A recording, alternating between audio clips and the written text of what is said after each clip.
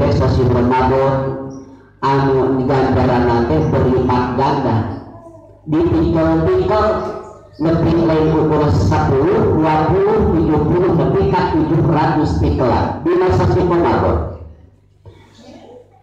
Tapi teka ditarik ku iya ganjaran anu dibikin ku Gusti Allah di masa sasi Ramadan.